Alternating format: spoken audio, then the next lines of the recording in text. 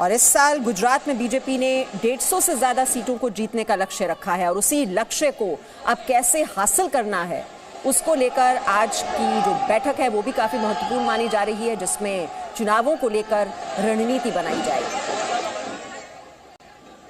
तो अहमदाबाद एयरपोर्ट से कैसे इस रोड शो की शुरुआत होती है और अब ये काफिला आगे बढ़ते हुए और जो स्वागत के लिए जो इंतजाम किए गए हैं, रास्ते में जो बीजेपी कार्यकर्ताओं का आप जोश देख रहे हैं और आत्मविश्वास से लबरेज ये पार्टी आगे बढ़ते हुए, और अब फोकस है मिशन गुजरात पर।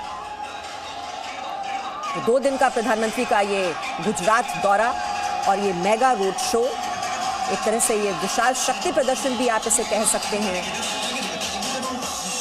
कि पार्टी का विस्तार अब और कैसे किया जाएगा, पार्टी की धमक और कैसे बढ़ेगी अलग अलग राज्यों में, उसी रास्ते पर आगे बढ़ती हुई पार्टी।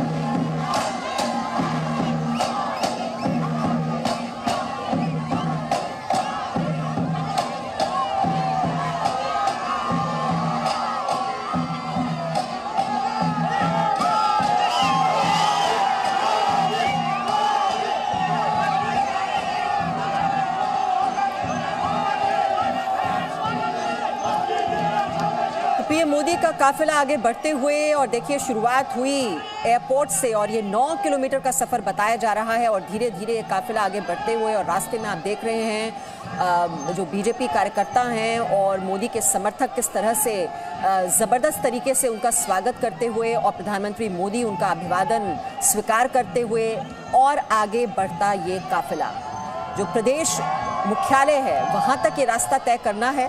और वहाँ पहुँचकर आपको बता दें जो संगठन के नेता हैं, जो भाजपा के सांसद हैं, विधायक हैं, उनके साथ चर्चा करेंगे प्रधानमंत्री मोदी। रणनीति बनाई जाएगी विधानसभा चुनावों को लेकर और शाम को भी कार्यक्रम है जीएमडीसी मैदान पर मेरा गांव मेरा गुजरात कार्यक्रम, जिसमें शिरकत करेंगे प्रधानमंत्री मोदी। राज्य के 1.25 लाख सरपंच, तहसील और जिला पंचायत नगर पालिका सदस्यों को वो वहां पर संबोधित करने वाले हैं। तो धीरे धीरे ये काफिला आगे बढ़ते हुए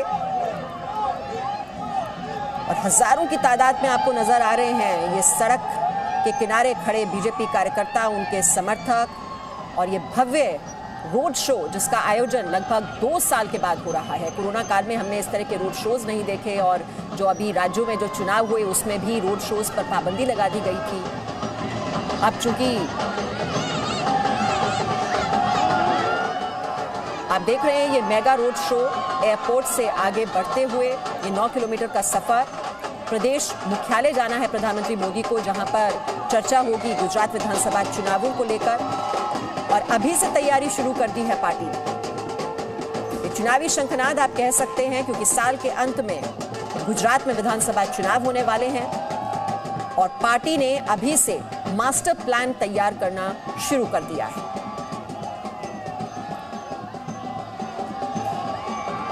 तो 2 दिन का ये कार्यक्रम है।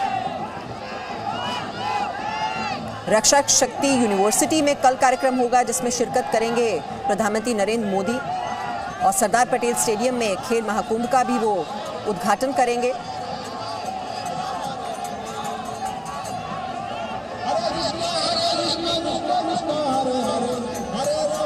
और उद्घाटन समारोह में लगभग 1100 लोक कलाकार बताया जा रहा है कि जो लाइव प्रस्तुति देंगे।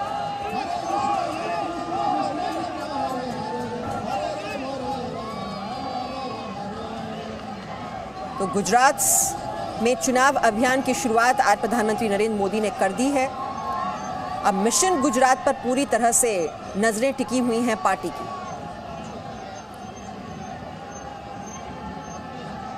पिछले 27 साल से बीजेपी यहां सत्ता में रही है और आगे यहां पर किस तरह से सत्ता पर काबिज रहना है उसको लेकर ये मंथन किया जाएगा कि पार्टी की आगे अब आने वाले दिनों में चुनावी रणनीति क्या रहने वाली है। जो सत्ता विरोधी लहर है उसकी काट खोजनी है क्योंकि पिछले चुनाव में भी कांग्रेस पार्टी ने टक्कर देने की पूरी कोशिश की थी और विपक्ष को किस तरह से धराशायी करना है उसको लेकर ये मंथन आज किया जाएगा। तो महापंचायत जो कार्यक्रम है उसमें भी शिरकत करेंगे प्रधानमंत्री मोदी। वहां उनका संबोधन होने वाला है जिसमें पंचायत सदस्य शामिल होने वाले हैं। और ये रोड शो आप देख रहे हैं, मेगा रोड शो, ये काफिला धीरे धीरे आगे बढ़ते हुए बीजेपी कार्यकर्ताओं का जोश हाई है। जो 4 राज्यों में चुनावी परिणाम जिस तरीके से आए हैं और बीजेपी की वापसी हुई है उत्तर प्रदेश, उत्तराखंड, मणिपुर और गोवा राज्य में, उसके बाद मनोबल काफ़ी ऊंचा हो चुका है पार्टी का और कार्यकर्ताओं का जोश हाई है। और यही तस्वीर आपको नजर आई थी जब दिल्ली में कल प्रधानमंत्री नरेंद्र मोदी पहुंचे थे मुख्यालय में और वहां पर जिस तरह से उन्होंने कार्यकर्ताओं को संबोधित किया था और उनका मनोबल बढ़ाया था। और अब आगे कैसे बढ़ना है गुजरात में, इसको लेकर अब रणनीति तैयार की जानी है।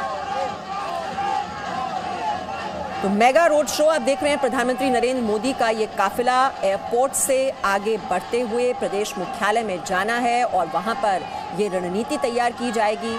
लेकिन आप देख रहे हैं कि गुजरात में अभी से वो जोश नजर आ रहा है बीजेपी कार्यकर्ताओं के बीच और ये जोश दिखाई देना लाजमी भी है क्योंकि कल के जो परिणाम आए हैं, जो मार्कशीट आई है उसमें जो डिस्टिंक्शन मिली है पार्टी को और जिस तरह से विपक्ष के सारे समीकरणों को ध्वस्त कर दिया गया, बावजूद इसके कि बेरोजगारी, महंगाई जैसे मुद्दों को विपक्ष लगातार उठा रहा था, किसान आंदोलन भी हुआ था, उसका भी कोई असर यूपी में नजर नहीं आया।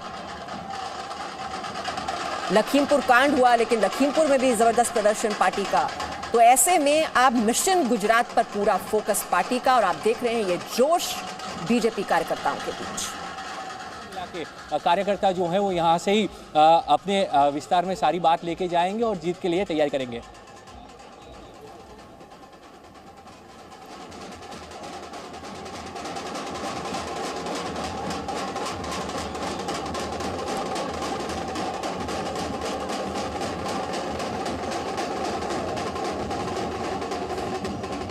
बीजेपी ने सारे जो प्रदेश और प्रदेश कार्यालय पे भी जश्न हुआ था और सारे इकाइयों में भी यहाँ पे सारे जो जिले हैं, जिले के अंदर भी बीजेपी हेडक्वार्टर पे जो है वो प्रदर्शन मतलब विजयोत्सव मनाया गया था। सारे नेता यहाँ पे विजयोत्सव में शामिल हुए थे, मुख्यमंत्री भी शामिल हुए थे और प्रदेश अध्यक्ष के उपस्थिति में विजयोत्सव मनाया गया था। तो उसी विजयोत्सव से एक बूस्ट मिला है और प्रधानमंत्री का ये 2 दिन का दौरा भी उसके 2 दिन का दौरा भी जो है वो यहाँ पे माना जाएगा। अभी आपको मैं जो तस्वीरें दिखा रहा हूँ ये कमलम की हैं। कमलम के बाहर जो है वो पुलिस यहाँ पे पुलिस का बंदोबस्त लगा हुआ है और साथ ही लोग जो है वो यहाँ से एयरपोर्ट तक का जो रास्ता है 10 किलोमीटर का, वहाँ पे लोग रहेंगे। 3.5 से 4 लाख कार्यकर्ता और जनता जो है वो प्रधानमंत्री के लिए यहाँ पे जुड़ी हैं। ये एंट्रेंस पॉइंट है, यहीं से पीएम आएंगे और कमलम के अंदर जाएंगे। कमलम जो बीजेपी का हेडक्वार्टर है गुजरात बीजेपी का, वहाँ पे वो 432 जो प्रदेश के नेता हैं जिसमें मंत्री, पूर्व मंत्री, एमपी भी शामिल है, उन सबको प्रधानमंत्री का एक महत्वपूर्ण संबोधन रहेगा। तकरीबन 1.5 घंटा प्रधानमंत्री कार्यालय में रुकेंगे और यहाँ पे ही वो लंच करने वाले हैं। जी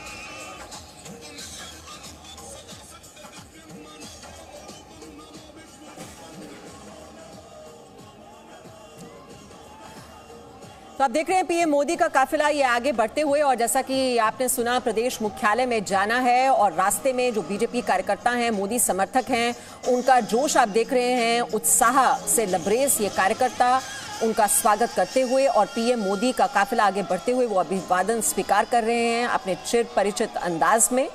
और वहां पर जैसा कि हमने आपको पहले भी बताया कि बैठक होनी है, रणनीति बनाई जाएगी गुजरात विधानसभा चुनावों को लेकर। हमारे साथ यहां पर अब विशेष मेहमान भी जुड़ चुके हैं। हमारे साथ वरिष्ठ पत्रकार हैं संजीव जी और प्रदीप जी इस वक्त हमारे साथ स्टूडियो में यहाँ पर मौजूद हैं। संजीव जी, आपसे शुरुआत करते हुए, अब 4 राज्यों में जबरदस्त वापसी बीजेपी ने की, उत्तर प्रदेश, उत्तराखंड और एक नया इतिहास भी रच दिया है पार्टी ने, गोवा और मणिपुर। तो ये जीत का चौका लगाने के बाद आप फोकस मिशन गुजरात पर। देखिए क्या है कि जब मोदी जी उत्तर प्रदेश आए थे तो वो सोमनाथ से विश्वनाथ तक की यात्रा थी। तो अब सोमनाथ से चले विश्वनाथ तक आए, एक पूरा कॉरिडोर निर्माण से लेके जीतना, उत्तर प्रदेश की जीत, पूरे देश की जीत, फिर वो प्रधानमंत्री बने। तो शायद गुजरात के लोग इसलिए भी ज़्यादा खुश हैं कि हमारे घर के बेटे ने जाके, और वो इतना मजबूत, उस समय भाजपा बड़ी कमज़ोर हो गई थी 2014 आते आते उत्तर प्रदेश में, क्योंकि पूरी लड़ाई सिर्फ ये माना जा रहा था कि सपा बसपा की लड़ाई है। भाजपा को दोबारा उत्तर प्रदेश के पॉलिटिकल डिस्कोर्स में शामिल करना, पॉलिटिकल सिनेरियो में मजबूती से लाना, ये काम अब भले बहुत सारे नेता डेवलप हो गए हैं, योगी जी सामने आ गए हैं, बहुत सारे नेता हैं, लेकिन ये काम मूल रूप से तो उस समय नरेंद्र मोदी जी ने ही किया था। तो ऑब्वियस है कि गुजरात के लोग इसलिए भी खुश हैं। दूसरा क्या है कि अगले साल करीब 7-8 राज्यों के चुनाव होने, त्रिपुरा से लेके और राजस्थान तक, उसके बाद गुजरात का चुनाव है। तो भाजपा, अच्छा ये बड़ा फेमस है कि भाजपा हमेशा चुनाव मोड में रहती है। तो आज ये 2 दिन के लिए गुजरात गए, उधर कुछ शायद अमित शाह शायद त्रिपुरा जा रहे हैं 1-2 दिन में। तो एक प्रोसेस शुरू हो गया है और ऑब्वियस है कि ये फिर से विश्वनाथ का संदेश लेके सोमनाथ तक गए हैं मोदी जी और इसका इम्पैक्ट दिखेगा। जी प्रदीप जी, जैसा कह रहे हैं संजीव जी की इलेक्शन मोड में ही रहती है, ये चुनावी अभियान का आगाज तो आज गुजरात में कर ही दिया प्रधानमंत्री नरेंद्र मोदी ने। ये जो जबरदस्त मेगा रोड शो का आयोजन, वहां पर महापंचायत सम्मेलन को भी वो संबोधित करेंगे, खेल महाकुंभ का भी आगाज होने वाला है, और जो एक इमोशनल कनेक्ट गुजरात के साथ रहा है प्रधानमंत्री नरेंद्र मोदी का, आप जो इस साल के अंत में जो विधानसभा चुनाव होने वाले हैं गुजरात में, आप क्या मानते हैं कि एक चैलेंज होगा या एक केक वॉक रहेगी ये बीजेपी के लिए? नहीं, देखिए अभी जीत का पूरा वातावरण बना हुआ है, वो मोमेंटम भाजपा खोएगी नहीं। जैसे संजीव जी पहले उल्लेख कर रहे थे कि भाजपा हमेशा चुनावी मोड में रहती है। इस वर्ष के अंत तक गुजरात में और हिमाचल प्रदेश में, जिन 2 प्रांतों में भाजपा की पहले से सरकारें हैं, चुनाव होने वाले हैं विधानसभा के, तो उस मोमेंटम को वो चुनाव तक खींच के ले जाना चाहेंगे। और धुआंधार अब वहाँ पे कार्यक्रम होंगे, वहाँ पे उत्सव होंगे, सम्मेलन होंगे और पार्टी वो मोमेंटम जो बना है उसको खोना नहीं चाहेगी। अभी बहुत से विश्लेषकों ने ये कहा है कि जो वर्तमान चुनाव हुए हैं, जो उनके परिणाम आए हैं, वो अगले लोकसभा चुनाव के लिए ज़मीन तैयार करेंगे। लेकिन दो महत्वपूर्ण पड़ाव हैं अगले लोकसभा चुनाव तक, अभी राजस्थान, छत्तीसगढ़ और मध्य प्रदेश। इनमें दो राज्य ऐसे हैं जहां कांग्रेस अभी भी सत्ता में बची हुई है, छत्तीसगढ़ और राजस्थान। तो भाजपा वो मोमेंटम बना करके अगले साल वो चुनाव लड़ेगी, फिर उनके जो परिणाम होंगे वो लोकसभा के लिए जमीन तैयार करके देंगे। जी, वही जमीन की तैयारी हो रही है, जीत की नींव की तैयारी हो रही है। और हमारे साथ हमारे रिपोर्टर हैं ब्रजेश, और ये काफिला हम देख रहे हैं जिस तरह से आगे बढ़ रहा है। ब्रजेश, आप बता रहे थे, अब ये बताइए कि कहाँ अभी एग्जैक्टली ये काफिला पहुंचा है और जो मुख्यालय है उसकी दूरी कितनी है, अभी कितनी दूरी तय करनी है और वहां पर क्या कार्यक्रम रहने वाला है?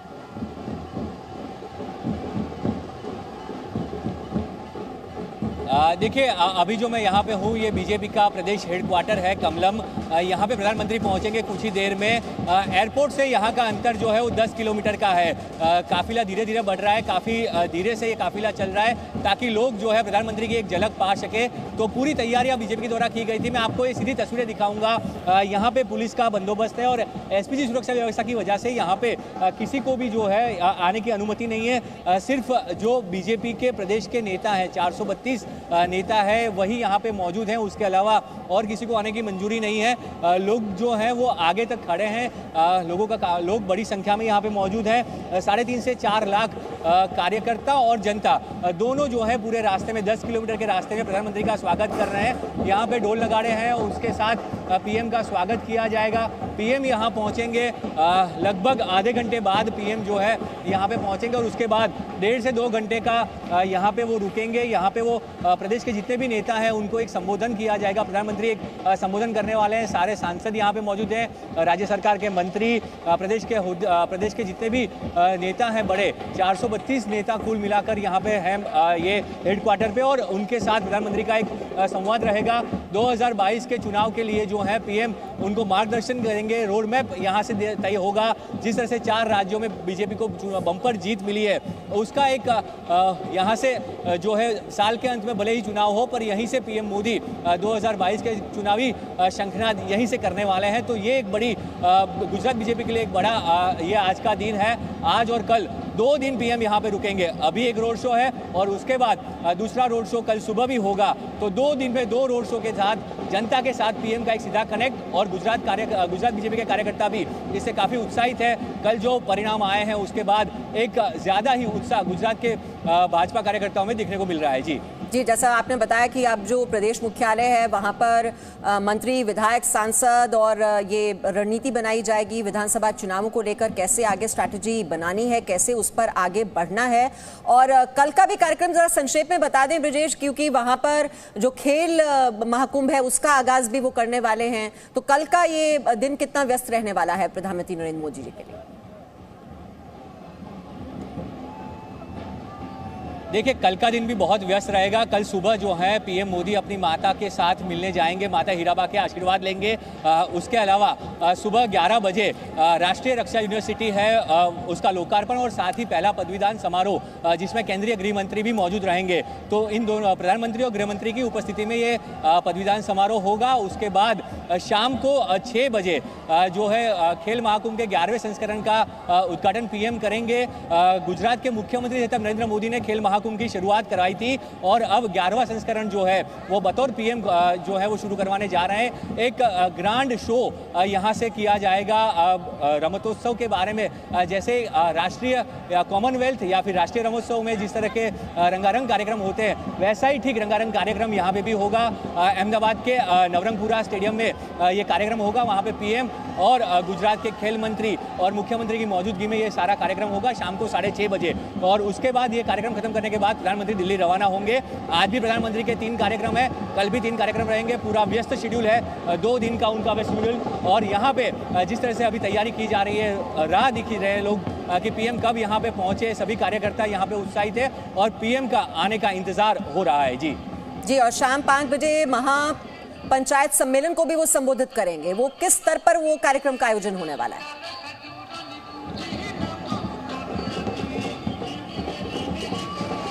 देखिए, पंचायत महासम्मेलन जो है वो शाम को 5 बजे है। तकरीबन 1.5 लाख से ज़्यादा जो चुने हुए प्रतिनिधि है पंचायत के, वो सभी उसमें मौजूद रहेंगे और वहाँ पे प्रधानमंत्री संबोधन करेंगे और केंद्र सरकार की जो सारी योजनाएं वो गांव तक पहुँचे। कल प्रधानमंत्री ने अपने भाषण में कहा था कि जितने भी गरीब लोग हैं उन तक 100% योजनाएं पहुँचने का मैं प्रयास कर रहा हूँ और वही चीज़ जो है प्रधानमंत्री करेंगे और वही बात कल भी की जाएगी। तो कल भी जो है वो बात प्रधानमंत्री के द्वारा रखी जाएगी और आज शाम को भी वही बात जो है प्रधानमंत्री रखेंगे।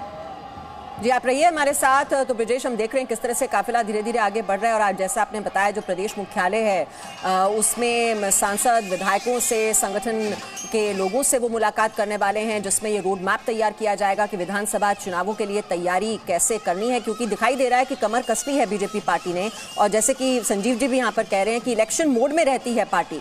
तो अब नजर है विधानसभा चुनावों पर जो इस साल के अंत में होने हैं। और ब्रजेश, अब वहां के अगर हम जमीनी हालात की बात करें तो 27 साल से सत्ता में रही है बीजेपी वहां पर। अब जो सीटों का लक्ष्य बताया जा रहा है, 150 सीटों का लक्ष्य रखा गया है पार्टी की तरफ से, लेकिन इस लक्ष्य को पाने के लिए कैसे आगे बढ़ना है और विपक्ष वहां पर कितनी बड़ी चुनौती पेश करेगा इन चुनावों में, उसको लेकर जरा जानकारी दीजिए। ये कितनी मुश्किल रहने वाली है? लगता है रविंदर हमारे साथ जुड़ गए हैं। रविंदर, आप इस सवाल का जवाब दीजिए। ये कितनी बड़ी चुनौती बीजेपी के लिए 27 साल से सत्ता पर काबिज रहे हैं, उस सत्ता को बरकरार रखना, अपना वर्चस्व कायम रखना गुजरात में, ये कितनी बड़ी चुनौती है पार्टी के लिए? बिल्कुल मीमांसा, गुजरात का जो चुनाव है और गुजरात का जो रोड मैप है चुनावी, उसमें आप देखिए कि क्लियर डिवीजन है बीजेपी और कांग्रेस का। और कांग्रेस का पूरे देश में जिस तरह से वजूद मिटता जा रहा है, लेकिन गुजरात में ऐसा है, वहां नेता नहीं है, कांग्रेस का बहुत बड़ा नेता नहीं है, लेकिन कांग्रेस का वहां पर जनाधार आज भी मजबूत है, उसका वोट बैंक आज भी है। आपने पिछले चुनाव में भी देखा था जब प्रधानमंत्री नरेंद्र मोदी, गृह मंत्री अमित शाह वहीं पर डेरा डाले हुए थे, कई रैलियां प्रधानमंत्री ने की, बावजूद उसके जो नतीजे आए थे काफी मशक्कत करनी पड़ी थी बीजेपी को। और आज भी बीजेपी के बड़े नेताओं का यही मानना है कि गुजरात में कांग्रेस का जनाधार आज भी बहुत ज्यादा है, गांव-गांव में है। हालांकि वहां पर कोई ऐसा नेता नहीं है जो प्रधानमंत्री नरेंद्र मोदी को टक्कर दे सके, गृह मंत्री को टक्कर दे सके, लेकिन उसका वोट बैंक आज भी है। और उसी वोट बैंक को खत्म करने के लिए आप देखिए 4 राज्यों या कह सकते हैं 5 राज्यों का चुनावी मिशन खत्म हुआ, 4 राज्यों में बीजेपी जीत हासिल की। कल ही रात में प्रधानमंत्री बीजेपी मुख्यालय में कार्यकर्ताओं को संबोधित कर रहे थे और आज सुबह वो गए हैं अहमदाबाद और वहां पर रोड शो कर रहे हैं। और इस पूरे 2 दिन के कार्यक्रम आपने बताया, अभी ब्रजेश भी बता रहे थे, जिसमें रोड शो भी है, कार्यकर्ताओं नेताओं से संवाद भी है, पूरे गुजरात के जनप्रतिनिधियों से संवाद है और खेल महाकुंभ के जरिए युवाओं को भी संबोधित करेंगे। तो कहीं ना कहीं गुजरात के हर वर्ग को टच करने की कोशिश करेंगे अपने 2 दिन के इस दौरे में। और यही वजह है कि, और एक और खास बात बता दूं मीमांसा, तो वहां पर संघ के प्रतिनिधि सभा की बैठक शुरू हो रही है, जिसमें बीजेपी अध्यक्ष जेपी नड्डा और राष्ट्रीय महासचिव भी, संगठन महासचिव भी वहां पर मौजूद रहेंगे। और जैसा कि ब्रजेश बता रहे, गृह मंत्री भी वहां पर रहेंगे। तो पूरी एक तरह से कह सकते हैं बीजेपी का नेतृत्व अगले 2-3 दिन में गुजरात में रहने वाला और ये रणनीति बनेगी जो अगले नवंबर में जो चुनाव होने वाले हैं उसके लिए। और आज से ही ये मिशन मोड में खुद प्रधानमंत्री नरेंद्र मोदी लग गए हैं। और मैं एक बार और बता दूं मीमांसा की, CR पाटिल जो वहां के अध्यक्ष हैं, कुछ दिन पहले जब पार्लियामेंट की सेशन चल रहे थे उनसे जब हम लोग बातचीत कर रहे थे तो उन्होंने एक मिशन रखा, मिशन बीजेपी 100%, यानी कांग्रेस को एक भी सीट नहीं देना।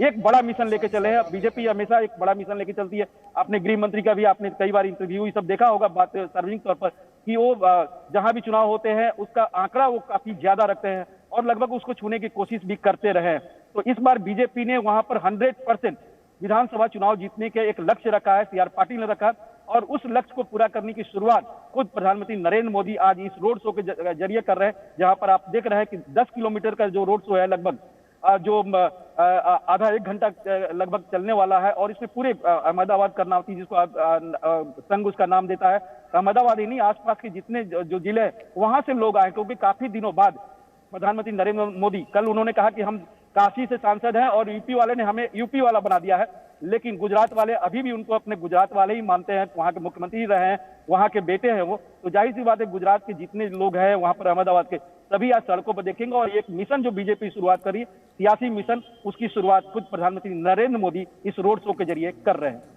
जी। और रविंद्र, इन चुनावों से एक बात तो साफ हो गई कि एक विकास का वोट बैंक है राज्य में, हर राज्य में, और उसकी जो चाबी है वो प्रधानमंत्री नरेंद्र मोदी के पास है। अब जो जन कल्याणकारी योजनाएं उनकी ओर से चलाई गई इन राज्यों में, चाहे वो हमने देखा आवास योजना की बात करें, मुफ्त राशन जो दिया गया, गरीबों को बांटा गया कोरोना काल में, वो एक बहुत बड़ी मदद थी लोगों के लिए। और पीएम सम्मान निधि की बात की जाए, ई श्रम योजना की बात की जाए, जो फ्री में वैक्सीन बांटी गई, ये जो जन कल्याणकारी योजनाएं हैं, अब उनको अब अलग अलग राज्यों में भी आगे बढ़ाने की अब कोशिश पार्टी की ओर से की जाएगी, क्योंकि उसका लाभ तो मिलता हुआ पार्टी को दिखाई दे रहा है इन चुनावों में साफ तौर।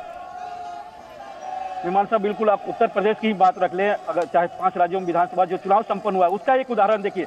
जो फ्री राशन का जो कार्यक्रम था, ये नवंबर दिसंबर में खत्म हो रहा था, लेकिन कैबिनेट में एक इस पर मंजूरी दी और 31 मार्च तक बढ़ाया, और ये फ्री राशन घर घर में पहुंचा। गरीबों के 80 करोड़ जो पूरे देश में है, उसमें बहुत बड़ा वर्ग जो लाभान्वित था। और लाभार्थी एक वोट बैंक बीजेपी का जो तैयार हुआ, पूरे अक्रॉस द कंट्री तैयार हुआ, उसमें गुजरात भी शामिल है, उसमें उत्तर प्रदेश जो एक तरह से मैसेज दिया है, पॉजिटिव मैसेज बीजेपी के लिए, वो एक बड़ा संदेश भी रहा। और यही नहीं, 100 से ज्यादा योजना है, और इसमें आपने उज्ज्वला योजना, कई योजनाओं का आपने नाम लिया, इसमें सीधे गरीब और मध्यम वर्ग भी काफी प्रभावित होते हैं, उसका फायदा उठा रहे। आयुष्मान योजना हो, तो जाहिर सी बात है गुजरात के जो जनता है वो भी इससे लाभान्वित। हालांकि गुजरात एक संपन्न स्टेट माना जाता है, बावजूद उसके गांव में या फिर आदिवासी क्षेत्रों में इन योजनाओं का काफी लाभ होता है, और इसलिए बीजेपी वहां 27 साल से होने के बावजूद अगले 5 साल उसको आगे बढ़ाने की पूरी मिशन में है। और एक और बीजेपी के लिए हो सकता है कि चिंता की बात हो, क्योंकि वहां से मुख्यमंत्री है, नए मुख्यमंत्री है, पहली बार मुख्यमंत्री बने हैं, और उनका उतना जनाधार वहां पर नहीं होगा। यानी पूरा चुनाव अगर होगा तो एक बार फिर, जैसा कि हमेशा 2014 से हम लोग देखते आए हैं, प्रधानमंत्री नरेंद्र मोदी के चेहरे पर, केंद्र सरकार के काम पर, और जो वहां पर संगठन है जिसमें संघ की भी काफी अहम भूमिका होने वाली है। उत्तर प्रदेश में ही आप देखिए मीमांसा, कड़ी टक्कर थी, भले ही नतीजे बीजेपी के पक्ष में, लेकिन बीजेपी कार्यकर्ताओं के साथ साथ संघ की जो अहम भूमिका रही है घर घर में पहुंचने का, वो बीजेपी को सत्ता में उत्तर प्रदेश में लाने में बहुत बड़ी भूमिका निभाई है। और यही बात गुजरात में भी देखने को मिलेगा, कार्यकर्ताओं के साथ संघ की वहां पर अहम भूमिका होगी। प्रधानमंत्री नरेंद्र मोदी का चेहरा, केंद्र सरकार की योजनाएं, इसमें एक जो एक्स फैक्टर करते हैं वो दिखाई देगा। जी। और गुजरात में जो मुकाबला है वो तो बीजेपी और कांग्रेस के बीच में ही रहता है। और रविंद्र, अगर कांग्रेस पार्टी की बात की जाए, और जो इन 4 राज्यों में देखने को मिला, पंजाब जो कि कांग्रेस का गढ़ रहा, वो उनके हाथ से फिसल गया। जो उत्तर प्रदेश में पिछले 3 दशकों का सूखा है वो अभी भी कायम है, वहां पर सबसे खराब प्रदर्शन कांग्रेस पार्टी का रहा। उत्तराखंड में वापसी की उम्मीद कर रही थी पार्टी, वो भी संभव नहीं हो पाया। तो कांग्रेस पार्टी के लिए तो बहुत बड़ा सबक है कि उसको री इन्वेंट करना होगा, सर्जरी करनी होगी। बिल्कुल मीमांसा, आप देखिए कि 1968-69 के समय आपने देखा था कि कांग्रेस का डिवीजन हुआ था, निजलिंगप्पा के नेतृत्व में इंदिरा गांधी के खिलाफ बगावत हुई थी और पार्टी 2 टुकड़े हुई थी। हालांकि इंदिरा गांधी ऐसी शख्सियत थी कि कांग्रेस को रिवाइव की, और सालों तक उसके बाद कांग्रेस वहां सत्ता में रही, खुद इंदिरा गांधी भी सत्ता में रही। एक बार हटने के बावजूद 2.5 साल बाद उनकी वापसी हुई थी, और उनकी आकस्मिक मौत के बाद जो हुई थी वो राजीव गांधी को भी फायदा मिला था। लेकिन आज की जो कांग्रेस है, सबसे मुश्किल यही है। देखिए, नवजोत सिंह सिद्धू, कहा जाता है कि पंजाब में इतना बड़ा जनाधार उसके पास था, और कैप्टन अमरिंदर सिंह के खिलाफ कोई ऐसा माहौल नहीं था। लेकिन कैप्टन अमरिंदर सिंह के खिलाफ माहौल कौन बनाया? नवजोत सिंह सिद्धू। नवजोत सिंह सिद्धू को कौन प्रश्रय दिया? कहा जाता है कांग्रेस के नेताओं द्वारा, प्रियंका गांधी वाड्रा द्वारा। तो कहीं न कहीं जो कांग्रेस के जो शीर्ष नेतृत्व है, वही पार्टी की लुटिया डुबोने की पूरी कोशिश कर रही है, या उस प्रयास में लगी हुई है। ऐसे में कांग्रेस को अगर अपना कुछ वजूद बचाना है तो उसे पूरी 100% देना पड़ेगा गुजरात में, जहां उसका वोट बैंक है, और उस वोट बैंक को रिवाइव करना है। लेकिन उसके लिए गंभीर, क्योंकि राजनीति के बारे में कहा जाता है कि ये एक गंभीर विषय है, ये केवल ट्विटर पर नहीं चलता है। और जिस तरह से प्रधानमंत्री नरेंद्र मोदी हो या गृह मंत्री अमित शाह हो, आप देखिए कि हमेशा वोट पर रहते हैं, कार्यकर्ताओं के बीच में रहते हैं। खासकर गृह मंत्री अमित शाह 24 आवर और रणनीति बनाते रहते हैं। आप देखिए, चुनाव जीत गए हैं, लेकिन अभी 4 राज्यों में कैसे सरकार बनेगी, किनको एकोमोडेट करना, इस पर माथापच्ची चल रही है। कल प्रधानमंत्री जब बीजेपी ऑफिस से निकले करीब 10 सवा 10 बजे, तो गृह मंत्री वहां पर 11:30 बजे तक थे। धर्मेंद्र प्रधान से, जेपी नड्डा से, दूसरे लोगों से मुलाकात कर रहे थे, हम लोग वहीं पर थे। तो कहीं ना कहीं गृह मंत्री और प्रधानमंत्री हमेशा मिशन मोड में लगे रहते हैं, सियासी मोड में। और प्रधानमंत्री ने खुद कहा है, आपने देखा होगा कि हमारे editor in chief Sudhir Chaudhary ji के साथ जो इंटरव्यू हुआ है, कई बार जो हुआ है, या फिर उन्होंने सार्वजनिक सभा में भी कहा कि वो सियासत में है, सियासी उनका मूड हमेशा रहता है देश को चलाना एक अलग बात है, वो उनकी जिम्मेवारी है, लेकिन बीजेपी को सत्ता में लाना ये उनका कर्तव्य है और उस कर्तव्य के निर्वहन के लिए पार्टी जो भी उनको आदेश देती है वो करते हैं। आप देखिए कि उत्तर प्रदेश में ही 2 दर्जन से ज्यादा उन्होंने सभाएं की, फिजिकल सभाएं की, उन्होंने 6 से ज्यादा वर्चुअल रैली की, एक रोड शो आपने देखा वाराणसी। तो इस तरह से पार्टियां चलती, न कि ट्विटर पर चलती जैसा राहुल गांधी चला रहे हैं। और यही कांग्रेस के लिए दुर्भाग्य की बात हो सकता है कि कांग्रेस जो G23 है। Presenting B News app available on Google Play and App Store. Download it now.